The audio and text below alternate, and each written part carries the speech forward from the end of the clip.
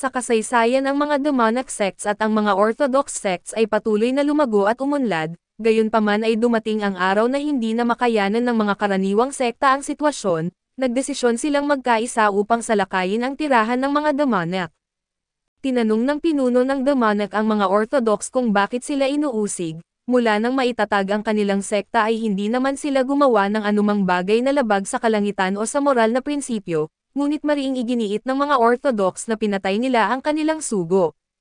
Pinaliwanag ng pinuno ng demonic sects na ininsulto ng sugo ang kanyang mga disciple, kaya't wala siyang ibang nagawa kundi ipagtanggol sila subalit hindi naniwala ang mga orthodox at agad na naglunsad ng matinding pagsalakay, bagamat iginiit ng pinuno ng demonic na wala siyang kinatatakutan at siya ay natalo sa huli at ginawang isda. Makalipas ang 13 taon ang dating maunlad na kuta ng demonic ay naiwang guho, isang batang lalaki na nagngangalang Renji na anak ng pinuno ng demonic ang bumalik sa lugar na ito na puno ng kalungkutan at pag-uwi ni Renji dala ang kanyang mga pinamili ay labis na nag-aalala ang kanyang ama, natatakot na baka maipahayag ni Renji ang kanilang tunay na pagkakakilanlan. Ngunit naniniwala si Renji na ang mga mandirigma ng orthodox sa lambak ay hindi ganoon kasama tulad ng sinasabi ng kanyang ama, dahil nakita niya silang tumutulong sa mga matatanda at bata at gayunpaman, pinaalalahanan siya ng kanyang ama na kung matuklasan ang kanyang koneksyon sa demonic ay hindi sila magpapakita ng awa. Sa katunayan ay marami sa mga natitirang miyembro ng demonic ang natagpuan at malupit na binugbog, dahil sa pag-iingat ng pinuno ay pinili nilang manirahan sa kanilang lumang hideout, kung saan matagumpay nilang nalampasan ang pagtugis ng karaniwang sekta. Nais ng pinuno na magkaroon si Renji ng mas maayos na buhay at muling maibalik ang dangal ng kanilang sekta. Nagpasya siyang kailangang makuha ni Renji ang sertipiko ng kabutihan mula sa Martial Alliance at sa pamamagitan lamang ng sertipikasyong ito, sila muling kikilalanan bilang bahagi ng karaniwang sekta at maiaangat mula sa mababang kalagayan. Nang iminungkahi ni Renji na madaya ang sertipiko na mariing tinanggihan ito ng kanyang ama, ipinaliwanag niyang ang sertipiko ay makukuha lamang sa pamamagitan ng pag-aaral at pagsusulit. Naayos na ng kanyang ama ang pagpasok ni Renji sa isang tanyag na paaralan sa bansa. Sa kabila ng pagiging prestihiyoso nito ay abot kaya ang matrikula at nagbibigay ito ng pagkain at tirahan kaya't agad na makakapagsimula si Renji sa kanyang pag-aaral. Sabik nang pumasok si Renji ngunit iginiit ng kanyang ama na kumuha siya ng tagapagbantay para sa kanyang kaligtasan. Ang tagapagbantay na si Uncle Lee ay mukhang batikan sa kalsada. Mahalagang panatilihin ang lihim ng kanilang koneksyon sa demonic ngunit tila salungat dito ang itsura ni Uncle Lee, gayunpaman ay tiniyak ni Uncle Lee kay Renji na gagawin niya ang lahat upang protektahan ito at sinimulan ng pinuno ang kanyang taos-puso na pamamaalam kaso bago niya matapos ang kanyang pananalita, mabilis na umalis sina Uncle Lee at Renji. Habang papalayo ay muli niyang pinaalalahanan si Renji na huwag kailanman ibunyag ang kanyang tunay na pagkakakilanlan at mag-aral ng mabuti upang makuha ang sertipiko ng kabutihan. Sa gayon ay nagsimula si Renji sa isang bagong paglalakbay at ano kaya ang naghihintay sa kanya sa hinaharap. Ang aklatan ng kabutihan na matatagpuan sa paanan ng bundok ay isang institusyong may mahigit 100 taong kasaysayan. Itinatag ito ng Martial Alliance upang sanayin ang mga talento at palakasin ang kakayahang pangmandirigma laban sa mga demonic. Ngayon ito ang lugar ng pagsasanay para sa mga bayani ng Orthodox. Upang makapasok sa paaralang ito ay kinakailangan ang pambihirang talento. Ang mga nagtapos ay ginagawaran ng sertipiko ng kabutihan ng Martial Alliance bilang pagkilala sa kanilang pagiging matuwid. Habang papunta sa paaralan ay iginigiit ni Uncle Lee na pasanin siya ni Renji at sinasabing bahagi ito ng pagsasanay upang palakasin ang katawan para sa entrance exam ng paaralan. Pagdating nila sa tarangkahan ay laking gulat nila sa mahabang pila ng mga aplikante at habang nakapila, narinig nila ang isang anunsyo na ang lahat ay susuriin upang maiwasang makapasok ang mga miyembro ng demonic sects, sino mang matuklasan na kasapi nito ay paparusahan ng walang awa. Sa pagtatapos ng anunsyo ay itinapon palabas ang isang lalaki at lumapit ang isang matikas at mabagsik na tao na nagngangalang Kang, isang mataas na tagapagtupad ng paaralan. Ipinaliwanag ni Uncle Lee kay Renji na si Kang ay isa sa mga matataas na tagapagtupad. Ipinakita ni Kang na ang lalaki ay may suot na damit na may salitang demon sa dibdib at mariing itinanggi nito ang pagiging bahagi ng demonic, ngunit halata namang kasinungalingan ito at walang pag-alinlangan. Pinarusahan siya ni Kang at iniutos ang kanyang pagpataw ng parusa. Nasaksihan ni Renji ang matinding panganib na naghihintay sa mga kasapi ng demonic at matapos nito, may mga nag-anunsyo na muling nagpakita ang anak ng pinuno ng demonic na may suot na kasuotan kahawig ng kay Renji, sinumang may suot na ganoong damit ay agad na pinaalis. Wala nang nagawa si Renji kundi yumukod at magtago at napansin siya ni Kang kaya't mabilis na binago ni Uncle Lee ang kanyang itsura, sa pamamagitan ng mabilis na pag-ikot na ginawang babae ni Uncle Lee si Renji, isang napakagandang babae na nakabighani sa lahat ng makakita. Maging ang mga gwardya ay hindi nakaiwas sa pagkaantig at namula si Kang at pinagbintingan si Renji ng may masyadong mapang-akit na kasuotan, kaya't iniutos niyang pumasok agad upang hindi makagambala at sa wakas, matagumpay na nakapasok si Renji sa paaralan.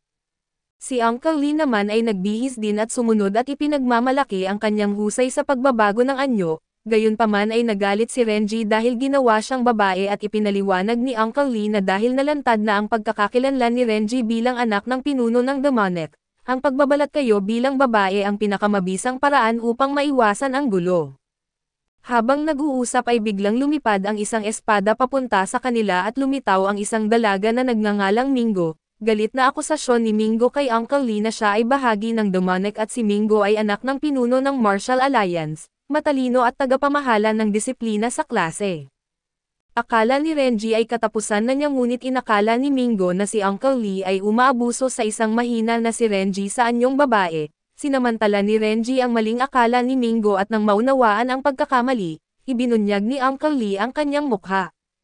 Tinanong niya si Mingo kung paano niya natukoy ang kanyang pagkakakilanlan at tinawanan siya ni Mingo. Sinabing halata ang isang matipuno na lalaki sa pambabaing damit at sa kabila nito, ipinagmamalaki pa rin ni Uncle Lee ang kanyang husay at sinisisi ang kanyang mukhang rugged sa pagkalantad ng kanyang disguise.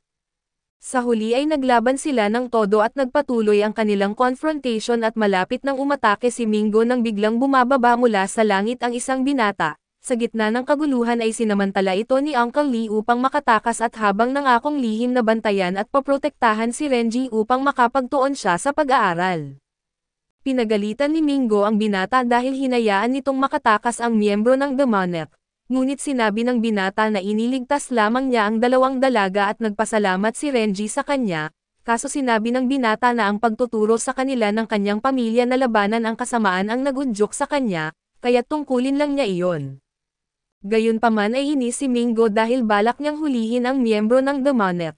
Ngunit hinayaan ng binata itong makatakas at iginiit ng binata na sinadya niyang iligtas ang dalawang mahihina, na lalong kinagalit ni Mingo na naiinis siya sa tawag na mahina lalo't hindi pa siya natalo ng binata sa labanan.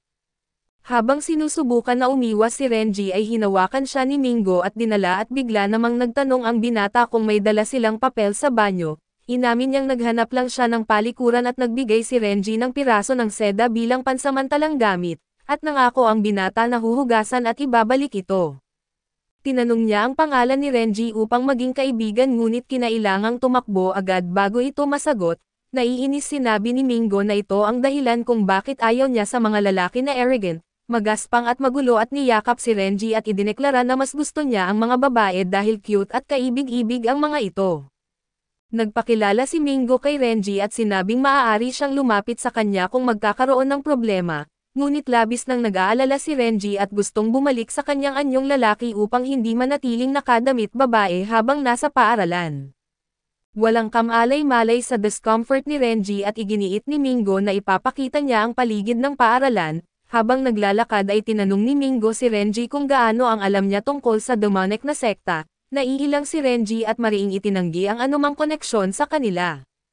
Biglang inilabas ni Mingo ang larawan ni Renji at ipinapakita na bahagyang nalantad ang kanyang tunay na pagkakakilanlan. Binasa niya ang impormasyon tungkol sa anak ng pinuno ng demonic na sinasabing palaging may kasamang tagapag-alaga na nagngangalang Lee na kilala sa husay sa pagbabalat kayo. Gayunpaman ay hindi pa rin alam ni Mingo ang pangalan ng anak at habang pawis na pawis si Renji sa kaba, natakot siyang malapit nang matuklasan ni Mingo ang katotohanan at sa pag-aakalang natatakot si Renji, sinabi ni Mingo na protektahan niya ito at aalagaan mula ngayon. Nang tanungin ni Renji kung ano ang gagawin niya kapag natagpuan niya ang anak ng pinuno ng demonic, malamig niyang sinabi na tatapusin niya ito at dahil sa takot, nangako si Renji na itatago ang kanyang pagkakakilanlan sa anumang paraan. Ipinangako ni Mingo na aalagaan si Renji at sinamahan siya patungo sa seremonya ng pagpapatala. Pagdating nila sa lokasyon ay umalis si Mingo upang maghanda para sa seremonya. Napaisip si Renji na magkakaroon siya ng pagkakataong makahanap ng mga kaibigan dito. Muling lumitaw si Mingo upang batiin ang lahat sa paaralan at maya-maya ay lumabas ang punong guro upang magbigay ng talumpati, ngunit napakabagal ng kanyang pagsasalita na para bang iginagaya niya ang sloth mula sa pelikulang Zootopia. Napakabagal ng takbo ng talumpati ng punong guro. Bawat isang pangungusap ay natatapos niya habang halos lahat ay nakatulog na at ayaw masayang ni Mingo ang mahalagang oras, kaya pinilit niya ang punong guro na bilisan ang pagsasalita at sa puntong iyon ay iniutos ng punong guro sa lahat na isigaw ang moto ng paaralan. Sabay-sabay na sumigaw ang lahat na wasakin ang demonic sect at basagin ang kanilang mga buto at gawing abo, kapag may nakakasalubong na miyembro ng demonic at ito ay haharapin hanggang kamatayan at huwag magpakita ng awa, lalong naunawaan ni Renji ang babala ng kanyang ama. Pinag-isipan niyang samantalahin ang pagkakataong ito upang makatakas, ngunit napansin niyang si Kang ay naatasang magbantay sa pintuan at sa sobrang takot, umatras si Renji pabalik sa gitna ng karamihan na kinakain ng pangamba ang kanyang isipan. Samantala ay sinimulan ni Mingo at ng punong guro ang pagtaas ng watawat ng paaralan at sa pagkabigla ni Renji, ang watawat ay may larawan ng isang straw effigy na kamukha niya at pagkatapos ay pinapana ni Mingo ng apoy ang effigy na agad na nagliyab at dito ay nagalak ang mga tao, at ang ulo ng effigy ay tumilapon sa ere at sumabog na parang paputok. Kasunod nito ay bumaba mula sa langit ang isang bilog na bagay na tinawag nilang Lucky Gift Orb at nagkagulo ang lahat sa pag-agaw dito at sa gitna ng kaguluhan, napansin ni Renji ang isang daanan palabas at sinubukan niyang tumakas ngunit habang tumatakbo siya papunta sa labasan, ang orb ay biglang napunta sa kanyang mga kamay na dahilan upang siya ay mapunta direkta sa entablado. Sinamantala ni Mingo ang pagkakataong ito upang ipatawag si Renji at ipakilala ang sarili sa lahat at si Renji, natataranta at ramdam na malapit ng matuklasan ang kanyang pagkakakilanlan, ay hindi makagalaw at bilang tagatanggap ng orb na pinarangalan siya ng punong guro ng isang espesyal na regalo. Hiniling din ng punong guro na banggitin niya ang kanyang pangalan at ang kanyang kinabibilangang sekta. Nabanggit ni Renji ang kanyang pangalan at kinakabahan na sinabi na wala siyang kinabibilangang sekta at bagamat may ilan ang nagduda, tiniyak ng punong guro na sino mang hindi mula sa demonic sects ay malugod na tinatanggap sa paaralan. Natanggap ni Renji ang isang estatwang kahoy na gawa ng isang tanyag na artisan bilang premyo, pati na rin ang pangakong mabibigyan siya ng lakas na katumbas ng 10 taong pagsasanay ng punong guro. Inilahad ng punong guro ang kanyang kamay upang ilipat ang kanyang panloob na lakas kay Renji. Nag-alala si Renji na baka madama ng punong guro ang kanyang demonic aura, kaya paulit-ulit niyang tinanggihan ang alok ngunit inakala ng karamihan na siya'y nagpapakumbaba at sa kabila ng pagtanggi, tuluyang inilabas ng punong guro ang kanyang enerhiya kay Renji na agad namang nakaramdam ng kagaanan at lakas. Ipinaliwanag ni Mingo na ang punong guro ay isang taong hindi sumusuko kapag nakapagdesisyon na, subalit napansin agad ni Renji na ang padding na inilagay ni Uncle Lee sa kanyang dibdib upang magmukhang babae ay nalaglag dahil sa paglilipat ng enerhiya. Nabigla ang lahat at natigilan at napansin ng karamihan ang posibilidad na si Renji ay nagbabalat kayo bilang lalaki at maaaring miyembro ng demonic. Labis na pinagsisihan ni Renji ang pag-alis sa bundok at ang pagpasok sa paaralan, ngunit biglang sumugod si Mingo upang ipagtanggol siya. Sinabi ni Mingo na si Renji ay talagang flat-chested at hindi isang lalaki at bagamat duda pa rin ang karamihan, hiniling nila ang ebidensya upang patunayan ito ay biglang hinalikan ni Mingo si Renji sa pisngi at idineklara na siya ay may androphobia o takot sa mga lalaki. Kung si Renji nga ay isang lalaki dapat sanay nakaramdam si Mingo ng discomfort, ngunit wala siyang naramdaman kaya't napagpasyahan niyang si Renji ay tunay na babae at dahil sa deklarasyon na ito, nakaligtas si Renji sa anumang hinala kaso siya'y nagulat at labis na nalungkot sa pagkawala ng kanyang unang halik. Hinimok ni Mingo si Renji na sabihin kung mayroon pa siyang itinatago, idinidiin na dahil isinakripisyo niya ang kanyang unang halik para sa kanya na nararapat lamang na maging tapat si Renji sa lahat, ngunit wala nang magawa si Renji kundi manahimik. Sa inis ay nagdesisyon si Mingo na ibaling ang kanyang pagkadismaya sa pang-aasar sa ilang lalaki sa paligid at pagkatapos nito, dinala niya si Renji sa pagsusulit sa paglalagay sa klase at ang pagsusulit ay idinisenyo upang masukat ang kakayahan ng bawat mag-aaral at mailagay sila sa klase base sa kanilang performance. Ang sinumang bumagsak ay mapapatalsik at dumating si Kang na agad nagutos ng katahimikan sa lahat, ipinakilala niya ang kanyang sarili bilang tagapamahala ng pagsusulit at tinawag ang mga pangalan isa-isa, simula kay Mingo at lumapit si Mingo ng may kumpiyansa at ipinakilala ang sarili. Pinuri ni Kang ang kanyang pag-uugali at hinimok ang iba na gayahin siya at nagtaka si Renji kung bakit bagong estudyante rin si Mingo, ngunit ipinaliwanag ni Mingo na lumaki siya sa lugar na iyon at ngayon pa lamang opisyal na nag-e-enroll. Nang marinig ni Kang ang pagpapakilala ni Renji ay nainis siya dahil hindi naman miyembro ng anumang sekta si Renji subalit pinayagang mag-aral sa paaralan. Nagpa siya si Kang na gawing mahirap ang pagsusulit ni Renji upang mapatalsik ito at ang unang pagsusulit ay isang karera. Kailangan ng lahat na kumpletuhin ang 50 laps bago maubos ang incense kaso pinilit si Renji na tumakbo ng 100 laps at bagamat labag sa kalooban ay sinimulan ni Renji ang pagtakbo at sa hindi inaasahang pagkakataon, natapos niya ang 100 laps ng mabilis na ikinatuwa ni Mingo. Dahil dito ay walang may katwiran si Kang dahil naniwala ang lahat na ang bilis ni Renji ay dulot ng 10 taong lakas na natanggap niya mula sa punong guro. Sa ikalawang pagsusulit ay kinakailangan nilang maghagis ng 3 punyal at isa man lang ay dapat tumama sa bullseye. Ang unang kalahok ay hindi tumama pero pumasa pa rin at ang pangalawa, na may kumpiyansa sa kanyang galing sa paghahagis ng punyal ay tinatakpan ang kanyang mga mata bilang hamon, subalit sumable ang kanyang mga hagis at ang 3 punyal ay tumama kay Kang at doon ay galit na galit si Kang at sinasapak ang kalahok. Nang si Renji na ang sumubok at itinapon niya ang 3 punyal ng sabay-sabay at lahat ito'y tumama sa bullseye, na ikinagulat ng lahat ngunit idineklara ni Kang na hindi niya kinikilala ang resulta ni Renji at binagsak pa rin ito, nagalit ang lahat at tinutulan ito ni Mingo subalit iginiit ni Kang na siya ang may huling desisyon bilang tagapamahala ng pagsusulit. Sinabi pa niya na kahit si Mingo ay dapat sumunod o ibababa siya sa pangkaraniwang klase at biglang lumitaw ang isang batang lalaki at tumutol sa pagtatasa ni Kang. Ipinakilala niya ang sarili bilang Raimang at nang hindi siya makilala ni Kang, ipinagmalaki ni Raimang na siya ay mula sa isang tanyag na sekta na kilala 50 taon na ang nakalipas. Tumalon si Raimang sa entablado at matapang na hinamon si Kang na alisin siya kung kaya nito. Tinukso ni Kang si Raimang tungkol sa kanyang performance sa unang 2 pagsusulit at lumabas na siya'y bumagsak sa pareho. Tinawanan ni Kang ang sekta ni Raimang at sinasabing wala itong halaga.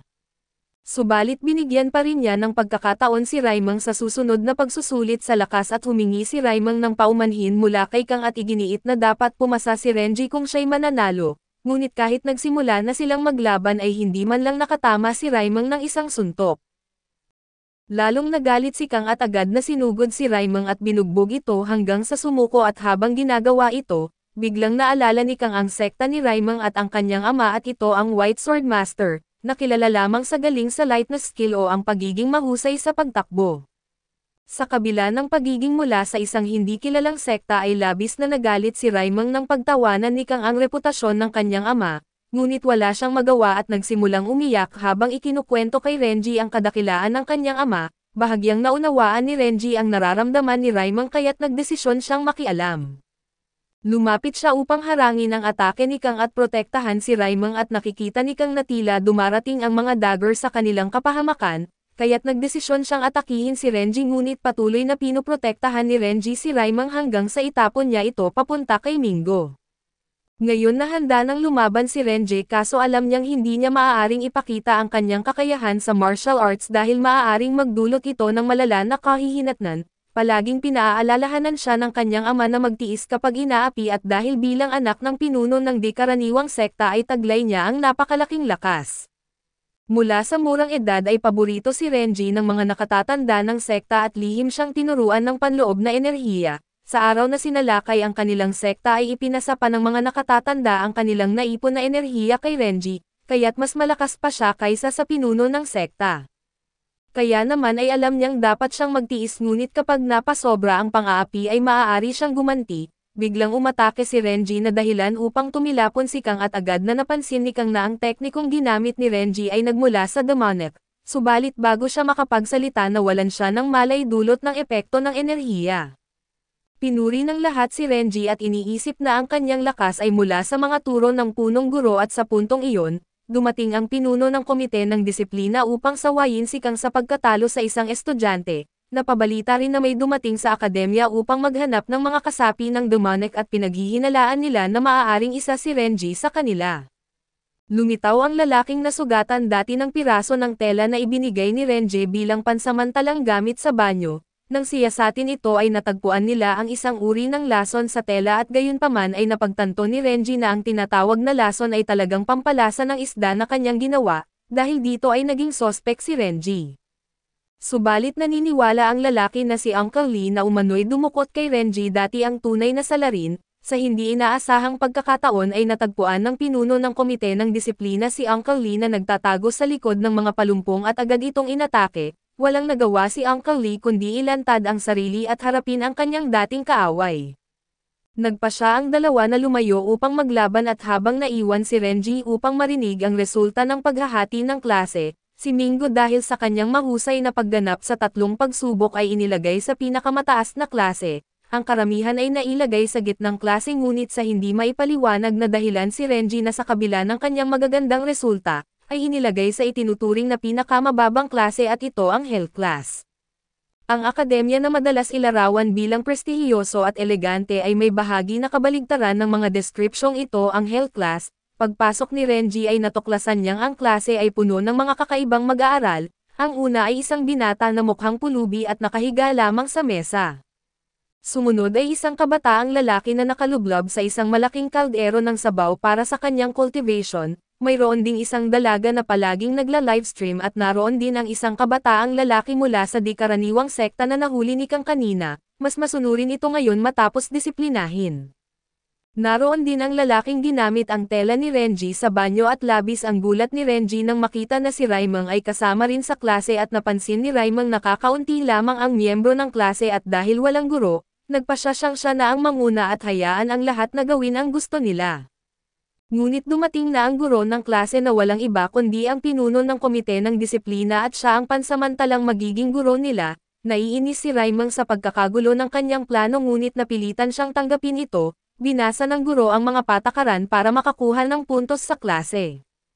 Ang lahat ng narito ay nailipat dahil sa kanilang mga paglabag sa moralidad at nababawasan ng puntos kapag muli silang nagkasala. Kapag ang puntos ng isang mag-aaral ay umabot sa -100 at siya ay mapapatalsik at karamihan sa mga estudyante sa klase ay nabawasan lamang ng ilang dosenang puntos dahil sa maliliit na paglabag, kaso si Renji ay nailipat sa Hell Class dahil inatake niya ang isang guro na dahilan upang ang kanyang puntos ay bumaba ng direkta sa -100 at mapatawan ng expulsion. Bago pa siya tuluyang mapatalsik sinabi ng guro na sisiyasatin ang kanyang mga gamit at kinabahan si Renji. Natatakot na baka matuklasan ang kanyang panlalaking kasuotan, na maglalantad ng kanyang tunay na pagkakakilanlan bilang miyembro ng demonic na isang bagay na maaaring humantong sa kanyang kamatayan. Sa puntong iyon ay tumayo sina Saiyan at Raimeng upang ipagtanggol si Renji at naniniwala silang wala siyang ginawang masama. Binalaan sila ng guro na kung tatangkapan nilang pigilan ang proseso at pati sila ay mapapatalsik at sa lahat ng sorpresa, dumating din si Mingo upang ipagtanggol si Renji. Iginiit niyang inatake ni Renji ang guro dahil napilitan siya sa sitwasyon ngunit ang guro ay walang interes sa mga paliwanag sa kanyang paningin, ang paglabag ay sinadya man o hindi, nagdesisyon si Mingo na magbitiw sa kanyang posisyon sa komite ng disiplina tanggap ang label na siya'y isang tumutuligsa sa mga guro at sa mga patakaran. Dahil dito siya rin ay inilagay sa Hell Class kasama si Renji at sinabi ng guro na maaari siyang mabulok sa klase kasama ang iba. Nagulat si Renji sa desisyon ni Mingo na magparaya ng ganito para sa kanya, pagkatapos ay nagtanong si Renji sa guro tungkol sa isang hypothetical na sitwasyon. Kung ang isang tao ay nasa panganib at ang iba ay walang ibang magawa kundi tulungan ito, kahit nalabag ito sa mga patakaran at masama ba ito o mabuti, nalito ang guro at hindi masagot kung tama o mali ang ganitong kilos at biglang dumating ang punong guro at ipinaliwanag na orihinal niyang plano na si Kang ang magtuturo sa klase. Ngunit dahil bedridden ito na kinailangan niyang humanap ng pansamantalang guro. Sa kasamaang palad ay hindi rin available ang substitute teacher dahil sa ibang tungkulin at hindi rin nagbibigay ng tirahan ang dormitoryo para sa mga estudyante ng Hell Class. Sa dami ng mga problema ay nagpasya ang punong guro na iwanan na lamang ang klase sa kamay ng kapalaran, dahil naroon na ang pinuno ng komite ng disiplina ay itinakda niya itong maging guro ng klase. Nagulat ang lahat nang malaman na ang pinuno ng komite ng disiplina ay isa sa pinakamahusay na guro sa akademya. Nagulat din ang punong guro nang makita sina Renji at Mingo sa klase at dahil dito ay nagdagdag siya ng puntos para sa dalawa upang maiwasang mapatalsik si Renji. Nagdesisyon din siyang pagsamahin sila sa isang dormitoryo upang maiwasan ang karagdagang komplikasyon sa mga tirahan. Hindi natuwa si Renji sa desisyong ito dahil ngayon ay kailangan niyang manirahan kasama si Mingo. Nag-aalala siyang baka mapansin ni Mingo ang kakaiba kapag nagpapalit siya ng damit at mas malaki ang tsansa na matuklasan ang kanyang lihim na pagkakakilanlan. Sa hindi inaasahang pagkakataon ay nilapitan siya ni Mingo at tinanong kung bakit siya nagsisinungaling.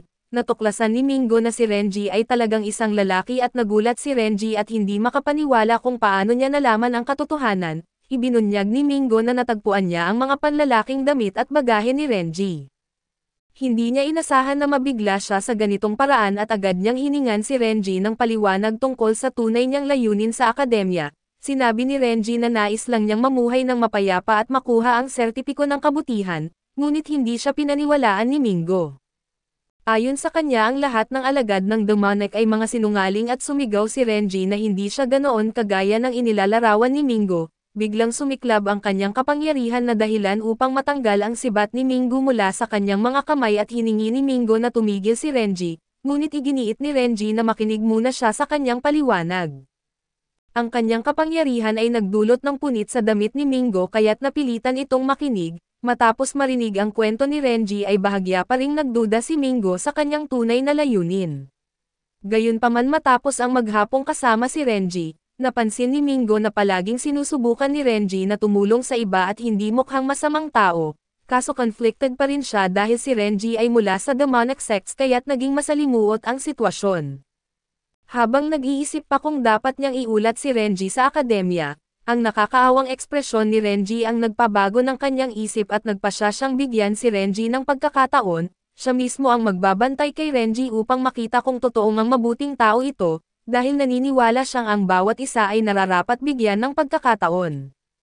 Pinaalalahanan niya si Renji na kailangang magpatuloy sa pagpapanggap bilang babae dahil hinalikan niya ito sa harap ng lahat, kapag nalantad ang kanyang tunay na pagkakakilanlan at mapapahiya si Mingo sa buong akademya, sa isip ni Renji si Mingo ang pinakatapat na tao na nakilala niya. Ngunit nagulat siya nang biglang idagdag ni Mingo na kung magkataon na masama pala talaga siya ay dudurugin niya ito at ipapadala ang mga piraso sa kanyang ama. Agad na napagtanto ni Renji na mas nakakatakot si Mingo kaysa kanino man. Nang gabing iyon ay sinabi ni Mingo kay Renji na matulog na sila kaso nagtanong si Renji na nanginginig, kung ano ang mangyayari dahil iisa lamang ang kama sa silid at napansin niyang tila nagagalit si Mingo kaya't nagdesisyon siyang matulog sa sahig, tulad ng kanyang ginagawa sa demonic. Kaso biglang hinahampas ni Mingo ang kama gamit ang kanyang sibat na hinati ito sa gitna at binalaan si Renji na kung tatawid siya sa linya ay papatayin siya agad, habang natutulog si Renji na narinig niyang nagmumura at nagrereklamo si Mingo tungkol sa kung bakit kailangang lalaki si Renji. Sa isip ni Renji ay maaari na siyang makapagpahinga at manatili sa akademya ngayong mayroon na siyang mga kaibigan, kaso biglang naglakad ng tulog si Mingo at itinapon ang kanyang sibat pataas, na bumagsak diretso sa ibabaw ng kinaroroonan ni Renji. Pagkatapos nito ay niyakap pa siya ni Mingo na dahilan upang hindi makatulog si Renji buong gabi. Kinabukasan ay gumising si Mingo na masiglang masigla at habang si Renji ay pagod at mukhang balisa, nagpunta sila upang salubungin sina Saiyan at ang kanyang kasama sa silid. Ang kasama ni Saiyan ay isang iskolar na ginugol ang buong gabi sa pagsusulat ng tula para kina Mingo at Renji. Ngunit tila mahina ang paningin ng iskolar at dahil napagkamalan niyang mga ligaw na hayop ang dalawa, sumingit si Renji upang itama ang pagkakamali ng iskolar kaso patuloy pa rin itong yumukod sa mga puno at kinuha ni Renji ang papel at naguluhan sa nakita. Napagtanto ni Saiyan na iyon ang isinulat ng kanyang kasama sa magdamag at nagsimula itong magreklamo tungkol sa kanilang dormitoryo na may tig-iisang kama lamang kada tao. Nang tanungin niya tungkol sa kwarto ni Mingo ay sinuntok siya nito dahil sa sobrang pag-usisa. Pagkatapos ay dumating si Raimong kasama ang kanyang kasama sa silid na si Kingping subalit bago sila makapagbatian ay dumating ang guro. Nagulat ang guro nang matuklasan na siya bilang pinuno ng komite ng disiplina, ang naatasang magturo sa pinakamasamang klase sa akademya ang Hell Class. Ngunit dahil nakatakda na ang sitwasyon at nagpa siya ang guro na turuan ang klase gamit ang pinakamahigpit na disiplina, sinabi niya sa mga mag-aaral na kalimutan na nila ang anumang ilusyon tungkol sa masayang buhay sa paaralan, dahil walang ganito sa kanilang klase. Ang unang aralin ay magpapasimula sa pagguhit ng bilog at paglalaban ng dalawang mag-aaral gamit ang kanilang panloob na lakas sa loob nito. Sino mang makapagpatalsik sa kalaban palabas ng bilog ay makakakuha ng puntos, ngunit ang matatalo ay mababawasan ng puntos. Nag-aalala si Renji na baka mabunyag ang kanyang martial arts mula sa demonic ngunit pinakalma siya ni Mingo. Sinabi nitong walang panganib basta't siya ang makakalaban niya at gayunpaman, inasahan na ng guro ang posibilidad na ito at pinaghinalaan niyang si Renji ay nakatanggap na ng panloob na lakas mula sa punong guro, kaya't magkakaroon ito ng kalamangan sa karaniwang mga estudyante. Dahil dito ay nagpa siya ang guro na siya mismo ang lalaban kay Renji at sa sandaling iyon ay pumasok si Mingo sa bilog upang labanan ang malabong paningin na iskolar, ngunit ang kanyang isipan ay abala sa pag-aalala kay Renji at alam niyang kinamumuhian ng guro ang demonic. At kung mabubunyag ang pagkakakilanlan ni Renji ay tiyak na sisirain siya nito. Kung matalo si Renji ay mababawasan siya ng puntos at mapapatalsik at habang nawawala sa pag-iisip si Mingo, hindi niya napansin ang laban at sa kabutihang palad ay aksidenteng lumabas ng bilog ang iskolar, kaya siya ang nanalo at ang sunod na laban ay sa pagitan ni Changping at ang reformadong miyembro ng demonic. Mabilis na sumugod si Kingping at gumamit ng teknik upang mapasuko ang kanyang kalaban na dahilan upang ito'y matalo. Ang susunod na laban ay kina Saiyan at isang martial artist at pareho silang sumugod gamit ang kanilang mga kamay at paa. Matapos ang ilang sandali ng labanan at napagtanto nilang magkaibigan sila, kaya't nagyakap at tinawag ang isa't isa bilang kapatid. Dahil dito ay binawasan sila ng guro ng 5 puntos bawat isa at nang tanungin kung bakit ay ipinaliwanag ng guro na dapat nilang sanayin ang kanilang panloob na lakas, ngunit gumamit sila ng karaniwang martial arts kaya't sila'y pinarusahan. Ang susunod na laban ay sa pagitan ni Raimang at isang kabataang may dalang baston. Binuksan ni Raimang ang isang libro upang magbasa kaso biglang hinagis ng kabataan ang kanyang baston at tinamaan si Raimang, dahilan upang matalo ito at lumabas ng bilog at ngayon, si Renji na ang kailangang humarap sa guro at pumasok ang guro sa bilog at iniabot ang kanyang kamay, iniimbitahan si Renji na lumaban. Pinapakalma ni Renji si Mingo at sinasabing huwag itong mag-alala dahil magiging maayos siya, ngunit malinaw na ipinaalam ng guro na hindi niya palalampasan si Renji kahit pa ito ay isang estudyante. Sinabi niyang hiyang-hiya siya noon kay Renji kaya't sisiguraduhin niyang mapapatalsik ito ngayon. Bigla ang umatake ang guro mula sa likod, pero mabilis itong na-block ni Renji at nag-aalala si Mingo na baka nagamit ni Renji ang panloob na lakas ng demonic, na maglalantad sa kanya subalit sa kabutihang palad ay ginamit ni Renji ang panloob na lakas mula sa punong guro upang harangin ang atake. Nagulat ang guro na ginamit agad ni Renji ang kanyang trump card at galit na galit, nagpa siya ang guro na bigyan si Renji ng matinding leksyon at naglunsad ng sunod-sunod na malalakas na atake na dahilan upang umatras si Renji. Ngunit patuloy na naipapantay ni Renji ang mga atake ng guro. Nagulat ang guro na si Renji ay nagtatagal sa laban at nagtipon ang guro ng kanyang panloob na enerhiya sa isang malakas na suntok, na parang isang dambuhalang espada at di ito naiwasan ni Renji at tinanggap ang buong lakas ng atake, dahilan upang siya'y masugatan ng husto. Nagpanik si Renji na tatakot na baka mabunyag ang kanyang pagiging lalaki dahil sa napunit niyang damit. Ngunit agad na pumasok si Mingo upang tulungan siya at sinabi niyang sinubukan lamang ng guro na sadyang hiyain si Renji, kaya't hindi na ito makakalaban ng maayos. Sinimulan ng mga mag-aaral ang pagbatikos sa guro at tinatawag siyang matandang gumagamit ng maruming pamamaraan. Sa inis ay inutusan ng guro si Saiyan na haburin ang kanyang damit ngunit inakala ni Saiyan na may masama na intensyon ang guro. Ipinakita ng guro ang kanyang lakas upang takutin si Saiyan at ipinaliwanag na mayroon siyang sariling pamamaraan ng pagtuturo. Idinagdag niya na si Renji ay dapat tanggapin na bahagi siya ng demonic, dahil ang mga miyembro nito ay mga walang dangal na gagawin ang lahat upang manalo. Sinabi rin niyang ang kaunting pag-alinlangan sa laban ay maaring magdulot ng kamatayan. Galit si Renji sa patuloy na pag-insulto ng guro sa demonic at iginiit niya na ang mga ginawa ng guro ay hindi kailanman maihahambing sa mga sinasabing kasamaan ng kanilang sekta. Nagtipon si Renji ng lakas at sumugod at determinadong patunayan na ang demonic sects ay hindi tulad ng sinasabi ng iba. Ngunit sa kabila ng kanyang pagsisikap hindi pa rin niya maitulak pabalik ang guro at unti-unting natutulak palabas ng bilog. inihayag ng guro na mapapatalsik si Renji mula sa akademya sa ganitong kalagayan kaso napansin ng guro na tila may itinatagong panloob na lakas si Renji. Nagdesisyon ang guro na itulak si Renji upang mailabas ang lahat ng kanyang lakas at patuloy na nilabanan ni Renji ang guro, determinadong patunayan na hindi lahat ng miyembro ng kanilang sekta ay masama. Sa wakas ay ginamit ni Renji ang buong panloob na enerhiya na ibinigay ng punong guro at itinulak ito papunta sa katawan ng guro. Natulak palabas ng bilog ang guro ngunit sinubukan pa rin itong itulak si Renji at sa huli ay natigil ang guro nang mapansin niyang ang isa sa kanyang mga paa ay nasa labas na ng bilog, habang si Renji ay nanatiling nakatayo sa loob. Biglang nalagas ang buhok ng guro na naiwan siyang kalbo na parang isang monghe at napag-alaman na ang panloob na enerhiya mula sa punong guro ay nagmula sa martial arts ng Cheyenne Temple, na angkop lamang sa mga taong may likas na malakas na katawan. Kung ang isang tao na walang kinakailangang pisikal na katangian ang sumipsip nito na magdudulot ito ng pinsala sa katawan, nanalo si Renji sa laban at masaya niyang nilapitan ang kanyang mga kaibigan kaso biglang napunit ang kanyang damit, napagtanto niyang siya'y nabunyag.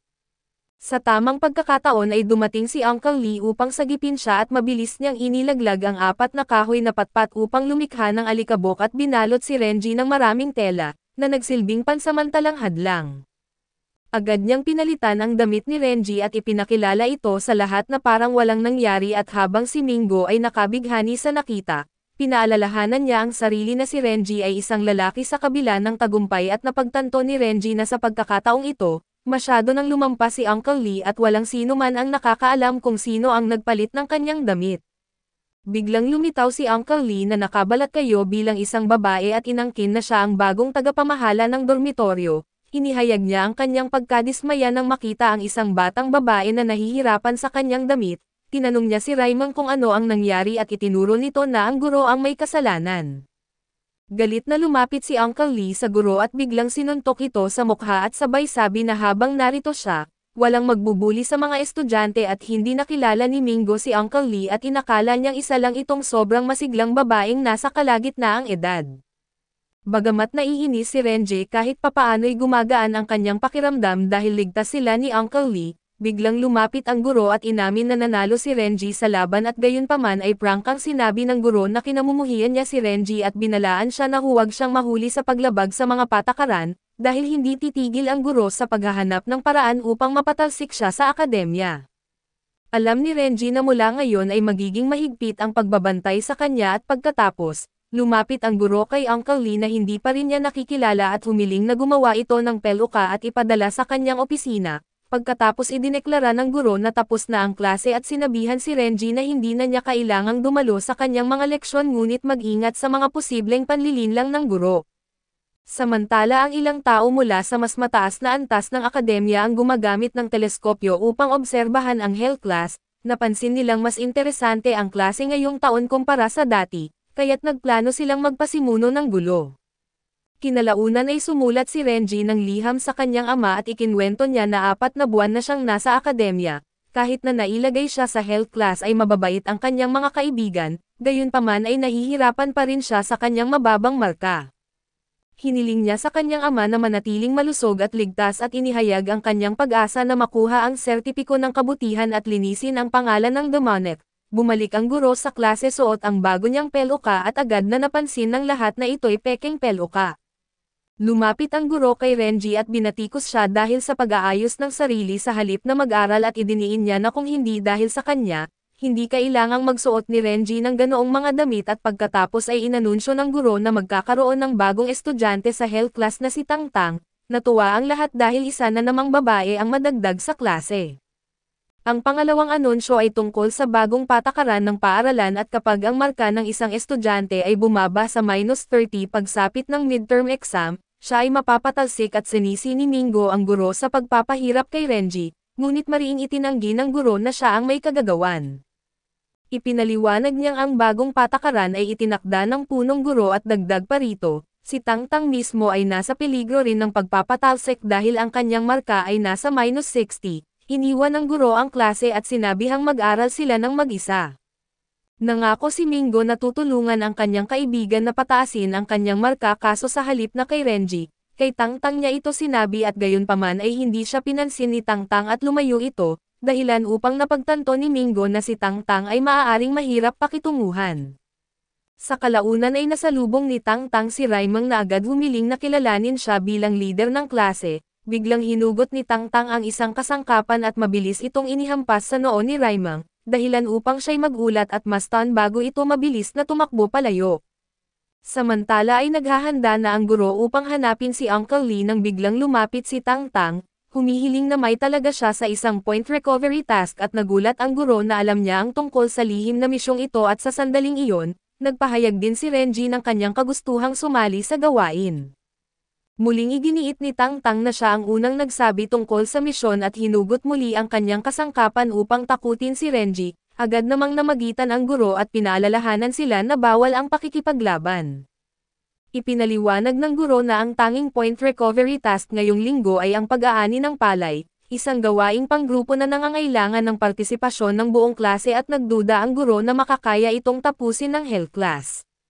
Hinimok ni Renji si Tang Tang na tulungan siyang hikayatin ang iba at sinabing mababait naman talaga ang kanilang mga kaklase. Ngunit nanatiling tahimik si Tang Tang at tinanong ni Renji kung gusto niyang maging kaibigan, ngunit hindi siya sumagot. Bumalik sila sa klase at biglang sumigaw si Cyan at nagulat na inakusahan si Tang Tang bilang miyembro ng demonic sects. Nangamba si Renji na baka nalantad ang sarili niyang lihim, ngunit lumabas na si Tang Tang ang tinutukoy ni Cyan. Nalito si Renji dahil hindi niya kailanman narinig na bahagi si Tang Tang ng anumang demonic at kahit lumaki siya sa ganitong kapaligiran, ayon sa mga chismis na ang leader ng sekta ni Tang Tang ay nakipagsabuatan umano sa demonic ngunit nalantad, dahilan upang siya'y mapatay. Dahil dito ay nanatiling hindi tiyak ang mga tao kung si Tang Tang ay kabilang sa mga matuwid na sekta o sa mga demonic. Nagsimula ang usap-usapan tungkol sa demonic sect na labis na dinamdam ni Renji at lumapit siya upang ipagtanggol si Tang Tang, iginiit na wala itong ginawang masama at hindi tama na husgahan siya base lamang sa chismis. Naniniwala siyang mauunawaan ito ni Mingo higit kanino man at napagtanto ni Mingo na hindi naman talaga kinumpirma ni Renji ang kaugnayan ni Tang Tang sa demonic sect, kaya maaaring hindi siya miyembro kaso diretsong sinabi ni Tang Tang na hindi niya kailangan ang tiwala ng iba at tumalikod na lamang. Umalis siya upang simulan ang gawain ng mag-isa at inakala ni Raimang na minamaliit ni Tang Tang ang klase. Ngunit ipinaliwanag ni Mingo na ang health class ay madalas na minamaliit dahil palaging nahuhuli sa schedule kumpara sa iba pang klase. Dagdag pa rito ay bihira silang magkaroon ng pagkakataong kumita ng puntos, doon lang napagtanto ni Cyan at Raimang ang tungkol sa mga gawaing maaaring pagkakitaan ng puntos. Ipinaliwanag ni Mingo na nakasulat ito sa student handbook kaso tila wala sa kanila ang nag-abala pang basahin ito. Agad na hinatak ni Cyan at Raimang si Renji upang simulan ang gawain at nagulat si Renji nang matuklasan na napakalawak pala ng mga taniman ng paaralan. Pagdating nila sa lugar ay ipinaliwanag ng guro na nangangasiwa sa gawain na kailangang anihin ng klase ang palay sa 10 bahagi ng taniman bago lumubog ang araw upang makakuha ng puntos.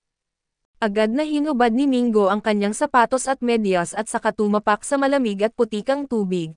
Pero habang naramdaman niya ang lamig at masiglang tumalon si Raimang na nagwisik ng putik sa kanya, biglang lumubog si Raimang kaya't kinailangan siyang hilahin palabas ni Mingo. Habang lumilipas ang araw ay napansin nilang halos walang progreso ang nagawa, ang mga lalaki ay naglalaro lamang ng putik sa halip na magtrabaho at labis na nag-aalala si Mingo na hindi nila matatapos ang pag-aani ng 10 bahagi ng taniman bago lumubog ang araw. Habang tinitingnan ni Mingo si Renji ay napansin niyang masipag itong nagtatrabaho dahil lumaki si Renji na tumutulong sa kanyang ama sa mga gawaing bukid, madali para sa kanya ang pag-aani at inalok pa niya si Mingo na turuan siya kung hindi niya alam ang gagawin. Hindi maiwasang magtaka ni Mingo kung talagang isang batang pinuno ng sekta si Renji, lalo na't bihasa ito sa manyawal na trabaho at biglang lumapit si Tang Tang sa tagapamahala ng gawain at ipinasa ang mga palay na kanyang naani. Tinanong niya kung maaari siyang makakuha ng dagdag na puntos dahil natapos niya ang higit pa sa kinakailangan. Ngunit tumanggi ang tagapamahala at ipinaliwanag na ito ay gawaing panggrupo at ang puntos ay ibibigay lamang kung matapos ng buong grupo ang gawain. Naiinis si Tang Tang sa kanyang mga kaklase at habang sina Renji at Mingo naman ay nag-aalala kung paano nila matatapos ang natitirang mga bahagi ng taniman sa oras. Tumingin si Tang Tang sa kanyang mga kasamahan at napabuntong hininga at bumalik sa trabaho. Gumamit siya ng isang misteryosong kasangkapan na nagbigay daan upang mapabilis ang pag-aani ng palay. samantala ay naiinis si Raimang dahil mas matangkad ang mga tanim kaysa sa kanya kaya't hirap siyang putulin ang mga ito. Napansin ng iba ang kahangahangang bilis ni Tangtang at inakala ni Sayan na sinusubukan lamang nitong ipakita na mas magaling siya, dahil dito ay sinimulan din ni Sayan na magtrabaho ng seryoso. Mabilis na natapos ni Tangtang ang isa pang bahagi ng taniman, kaya't nilapitan siya ni Renji at Mingo upang tanungin kung anong kasangkapan ang ginagamit niya. Naalala ni Tangtang kung paano siya ipinagtanggol ni Renji kanina kaya't nagpasya siyang ipahiram ang kanyang kasangkapan kay Renji. Gamit ang tool na ito at sinimulan ni Renji at Mingo ang pagputol ng mga tangkay ng palay ng mas mabilis. Nakita ni Raimang kung gaano kabilis natapos ang gawain sa tulong ng kasangkapan, kaya't tinawag niya ang lahat at sinabi na mayroon pang iba pang mga tool na maaaring gamitin at agad na kumuha ng tig-isa ang bawat kaklase at nagsimulang mag-ani ng mabilis, sa pagtatapos ng araw ay natapos ng buong grupo ang gawain. Inakala ng lahat na makakakuha sila ng tig 10 puntos bawat isa at lalo nang natuwa si Sayan, iniisip na makakalabas na siya sa health class ngunit inihayag ng tagapamahala na ang 10 puntos ay hahatiin sa 10 miyembro ng klase, kaya't tig 1 puntos lamang ang makukuha ng bawat isa. Labis na nadismaya si Sayan at nararamdaman niyang napakaliit ng gantimpala sa buong araw ng trabaho. Pagkatapos ay nagtungo ang tagapamahala upang isumite ang kanilang natapos na misyon at kumuha ng bagong gawain para sa kanila. Sa puntong iyon ay lumapit si Sayan kay Tangtang upang humingi ng tawad sa kanyang mga naunang salita. Hiniling niyang patawarin siya ni Tangtang at inamin niyang siya'y tunay na isang matuwid na disipulo, na mula si Tangtang sa kanyang mga sinabi at ibinigay ng tagapamahala ang bagong gawain. Hahatiin ang klase sa kopo ng lalaki at babae upang linisin ang mga pampublikong paliguan ng paaralan. Nag-aalala si Renji dahil maaari nitong mailantad ang kanyang lihim at sa kabutihang palad ang gawain ay paglilinis lamang at hindi kinakailangang maghubad. Habang nililinis ang paliguan ay napansin ni Renji na ginagamit muli ni Tangtang ang kanyang kasangkapan, ngunit bigla itong nag-malfunction dahil sa mga hindi pa kompletong pagsasaayos. Nag-alok sina Renji at Mingo na tulungan siyang ayusin ito kaso nanatiling tahimik si Tangtang na dahilan upang mahirapan silang makipagtulungan. Sa kabila ng mga abala ay nagawa rin ng tatlo na ayusin ang kasangkapan pagkatapos ng ilang pagsisikap. Biglang hinihila ni Xingping ang isang lubod na nagdulot ng pagbaha ng tubig sa paliguan at nabasa ang lahat. Sinamantala ni Raimang at Changping ang pagkakataon upang tumalon at magbabad at iniwan ang iba na walang magawa kundi sumali sa pagupo at pagbabad ng kaunting sandali. Si Renji na hindi mapakali ay nagplanong umalis ngunit ang kanyang palda ay naipit sa tuwalya ni Tangtang habang palihim siyang umaalis, dahil dito ay natanggal ang kanyang palda dahilan upang manatili siya sa kanyang pwesto. Napansin ang discomfort ni Renji na inakala ni Xingping na ito ay dahil lamang sa pagod mula sa buong araw na trabaho. Dinala ni Tangtang ang palda ni Renji kaso bago pa siya makapagbihis, isang kaguluhan ang nangyari sa panig ng paliguan ng mga lalaki. May narinig na mga sigawan na tunog ng labanan at kahit ang kalabog ng espada na tumama sa dingding, mabilis na tumakbo sina Raimang at Xingping upang alamin ang nangyayari at habang sinundan sila ni Mingo, nag-atubili si Renji na umalis ngunit pinaalalahanan siya ni Tangtang na kunin ang kanyang palda. Nahiya si Renji at hiniling kay Tangtang na tumalikod habang siya'y nagbibihis at biglang, hindi sinasadyang nakita ni Renji ang isang bagay na hindi nararapat at nabulunan siya sa tubig.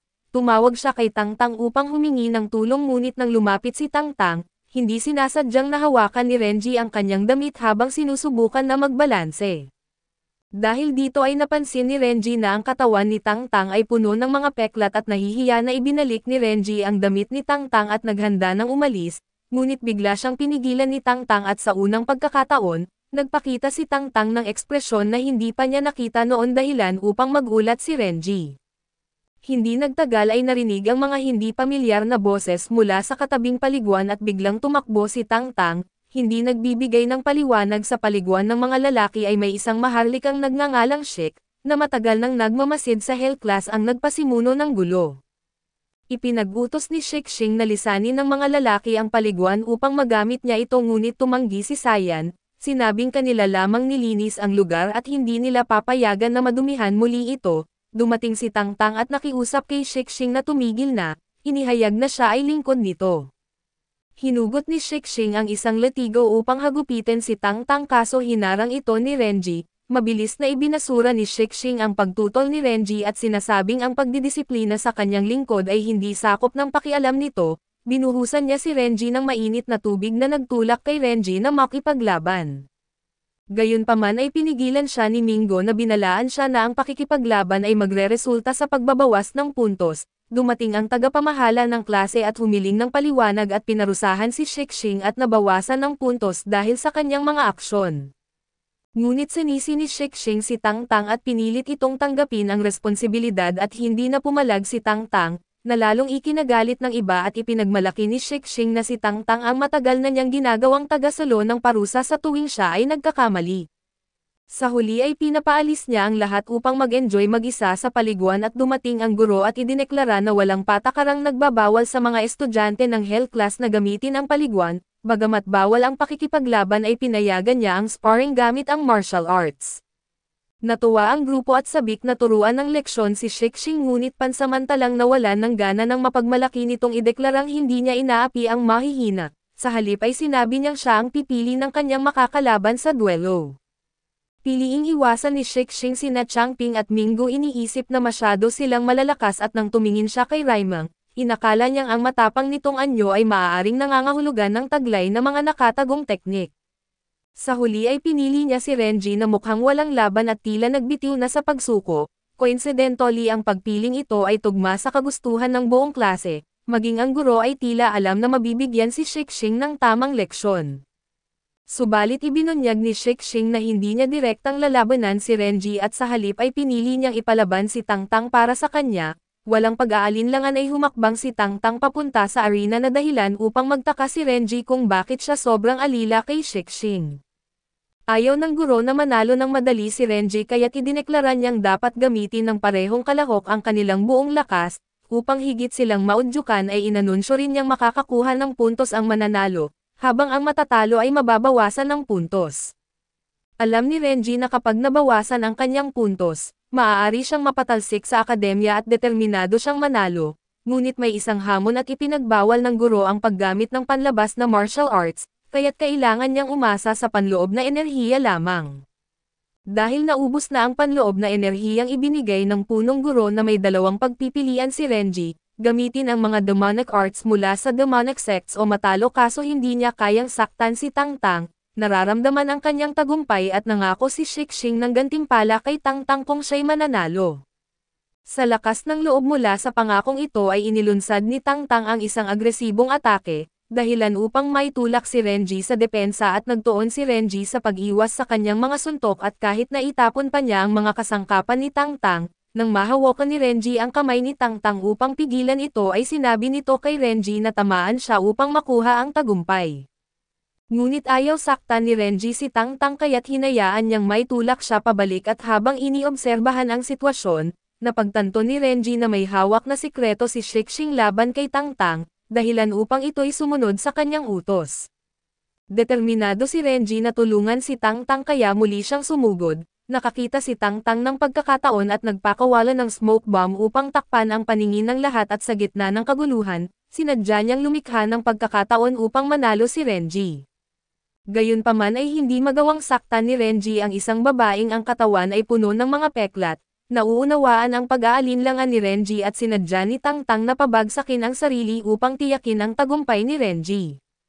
Naniniwala siyang may mahalagang bagay siyang kailangang protektahan kaya't handa siyang magsakripisyo. Idineklara si Renji bilang panalo ngunit nag-alinlangan ang guro na kilalanin ang pagkapanalo ni Renji. Sinabing nanalo lamang siya dahil nawala ng malay si Tang Tang dulot ng epekto ng pagsabog. Biglang tumayo si Shixing, ipinahayag ang kanyang pagkadismaya. Itinuro siya at inakusahan itong disciple ng demonic sects. Hiniling ng guro na magpakita siya ng ebidensya at may kumpiyansang sinabi ni Shixing na mayroon siya nito, bagamat batay lamang sa loika at ipinahayag ni Shixing na sinadya ni Tang Tang na matalo, na tila walang saysay maliban kung sila'y magkaugnay. Dahil sa 10 taon niyang kontrol kay Tang Tang na hindi raw ito dapat magkaroon ng ugnayan sa iba, kaya't napagpasyahan niyang magkaugnay si Tang Tang at Renji na parehong miyembro ng demonic sects. Bagamat labis na nakakatawa para kay Renji ang mga akusasyon at sa kasamaang palad, may katotohanan ang mga ito at gayunpaman ay tumayo ang kanyang mga kaklase upang ipagtanggol siya, Sinasabing wala silang nakikitang ebidensya na sila ni Tangtang ay kabilang sa demonic na sekta, ngunit hindi pa rin nagpatalo si Shixing.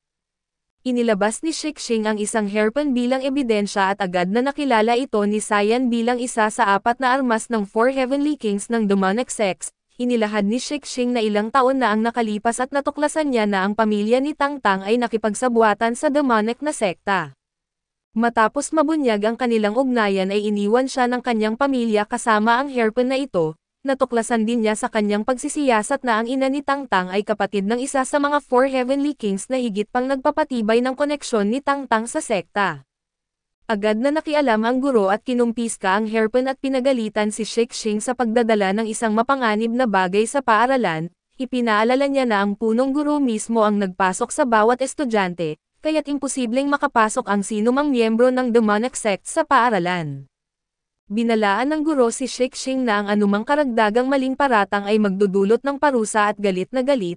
Nangako si Shixing na ipapaalam ang lahat sa kanyang ama at maghihiganti laban sa buong klase. Bagamat tila natapos na ang gulo sinimulan ni Cyan at ng ilan pang kaklase na iwasan si Tangtang, tumangging makihalubilo sa sinumang konektado sa demonic sect. Naniniwala pa rin si Mingo na mabuting tao si Tangtang pero kahit gaano nila pinahahalagahan si Tangtang, ang hindi maikakailang katotohanan ng kanyang koneksyon sa sekta ay masyadong mabigat para baliwalain. Ang matinding galit ng lahat sa demonic ay lumikha ng hadlang na hindi matatawid at dahilan upang maging imposible para sa kanila na mapatawad si Tangtang. Nasaktan si Tangtang sa pagtanggi ng iba kaya't tumakbo siya palayo at wala nang nagawa si Renji kundi habulin siya. Tinawag ni Renji si Uncle Lee upang humingi ng tulong at tanungin kung totoong ang konektado ang mga magulang ni Tangtang sa demonic. Hindi sigurado si Uncle Lee ngunit naalala niyang malapit na magkaibigan ang ama ni Renji at ang mga magulang ni Tangtang maraming taon na ang nakalipas. Ikinwento ni Uncle Lee na madalas magreklamo ang ama ni Renji tungkol sa paulit-ulit niyang pag-invite niya sa mga magulang ni Tangtang na sumali sa demonic sect, kaso palagi silang tumatanggi at fascinated ang ama ni Renji sa lakas ng mga ito at nais niyang mapabilang sila sa sekta.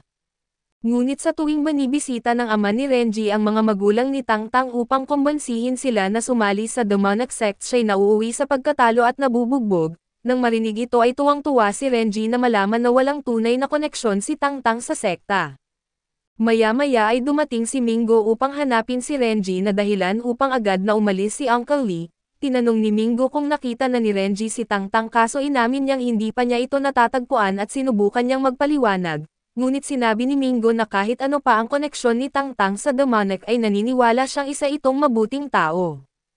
Idiniin niya na hindi niya kayang talikuran ang isang mabuting tao na nasa panganib at naudyukan ng determinasyon ni Mingo. Nag-isip si Renji ng plano at humingi ng tulong mula kay Mingo. Matapos ipaliwanag ang mga detalye sinimulan nila ang kanilang misyon. Nagbalat kayo bilang isang mamamatay tao at pumasok si Renji sa tirahan ni Shixing at natuklasang naroon din si Tangtang. Galit na sinisi ni Shixing si Tangtang sa pagkakaroon niya ng masamang reputasyon sa Hell Class at ipinakita ni Shixing ang isang sketch ng batang pinuno ng demonic sect at iniabot ito kay Tangtang. Ang nalalaman lamang ni Shixing ay ang taas at timbang ng anak ng pinuno at hindi ang kanyang mukha. Inutusan niya si Tangtang na bumalik sa Hell Class at hanapin ang sinumang tugma sa description. Kapag nahanap ay kailangang bihisan ito ng itinakdang kasuotan at ipakita bilang tagapagmana ng sekta. Sa ganitong paraan na maakusa niya ang Hell Class bilang tagapagkanlong ng kaaway na magreresulta sa kanilang pagpapatalsik, tumanggi si Tangtang sa utos at sa unang pagkakataon ay hayagan niyang sinusuway si Shixing. Iginiit ni Shixing na utang niya ang lahat dito ngunit itinuring pa rin ni Tangtang ang kanyang mga kaklase sa Hell Class bilang mga kaibigan. Nang insulto si Shixing na pinaalalahanan si Tangtang na iniiwasan na siya ng mga kaklase dahil sa kanyang koneksyon sa demonic sect, ipinagpilitan niyang bumalik si Tangtang bilang kanyang tauhan. Nang magpatuloy si Tangtang sa pagtanggi at itinapon siya ni Shixing at sinimulang latiguhin at sa puntong iyon, biglang sumugod si Renji at pinukpok si Shixing sa dingding at ilang ulit itong sinuntok, idineklara ni Renji na siya ang hinahanap ni Shixing. Gamit ang mahika ay ginapos ni Renji si Shixing at dinala ito papunta sa gubat ngunit sinundan siya ni Tangtang at bigla siyang inatake. Naghahanap ng paghihiganti laban sa lahat ng sakit na dulot ng demonic sect, sinubukan na tumakas ni Renji ngunit hindi siya tinigilan ni Tangtang. Ang habulan ay humantong sa isang arena ng labanan na kung saan naghagis si Tang Tang ng mga kasangkapan kay Renji at sumugod gamit ang isang karit. Iniwasan ni Renji ang mga atake kaso ginamit ni Tang Tang ang mga ribbon sa kanyang katawan upang manipulahin ang mga kasangkapan para sa malalayong atake. Nagulat si Renji sa tindi ng galit ni Tang Tang laban sa sekta at sa kawalan ng ibang pagpipilian ay pinalabas ni Renji ang kanyang sariling lakas upang lumaban. Itinulak niya si Tang Tang sa dingding at nagpasiklab ng isang flare papunta sa pinakamataas na poste upang tawagin ang iba. Dumating sina Mingo at ang kanilang mga kaklase. Idineklara ni Mingo na si Renji ay isang disciple ng demonic sect kaso iginiit niya na ang pakikipaglaban ni Tang Tang sa sekta ay malinaw na nagpapakita na hindi siya kabilang dito. Nagtipon si Renji ng isang makapangyarihang spell na nakatuon kay Tang Tang. Biglang dumating ang punong guro na iniligtas si Tang Tang mula sa atake ni Renji. Tinanong ng punong guro kung bakit ang demonic sects ay gumagawa ng gulo at tila sinasadyang humahakot ng pansin. Nais ng pinuno ng disiplina na makialam ngunit pinigilan siya ng punong guro at iginiit na ang kaligtasan ng mga estudyante ang pinakamahalaga. Sinabi niyang siya mismo ang hahawak sa sitwasyon. Sa kabila nito ay tumalon si Renji ng mataas at sinira ang protektibong harang ng punong guro upang makalapit kay Tang Tang. Hinimok niya itong lumaban sa kanya na sa huli ay nagpapamulat kay Tang Tang kung sino talaga si Renji. Agad na pinasabog ni Tang Tang ang isang smoke bomb na dahilan upang bumagsak si Renji sa lupa. Habang nagmamadali ang iba upang kunin ang credit sa pagkapanalo laban kay Renji at biglang lumitaw si Uncle Lee at hawak ang isang sulat na isinulat ni Renji, binasa ni Uncle Lee ang sulat na ipinamumuka kay Tang Tang ang lakas ng loob niya na saktan ang anak ng pinuno ng demonic sects. Ipinapaalala niya na ang sekta ay laging bumabawi sa anumang utang at hiniling ni Uncle Lee kay Tang Tang na ibunyag ang kanyang buong pangalan at sekta. Matapos nito ay nangako si Uncle Lee na mula sa araw na iyon, hindi na magtatagpo sa ilalim ng iisang langit ang kanilang sekta at ang sa kanya. Pagkatapos ay binuhat niya si Renji at umalis at iniisip na matagumpay silang nakatakas kaso biglang nagpakawala ng malaking kampana ang punong guro upang hulihin sila pareho. Sinabi niya na ang lugar na iyon ay hindi isang lugar na basta na lang pwedeng pasukin at lisanin.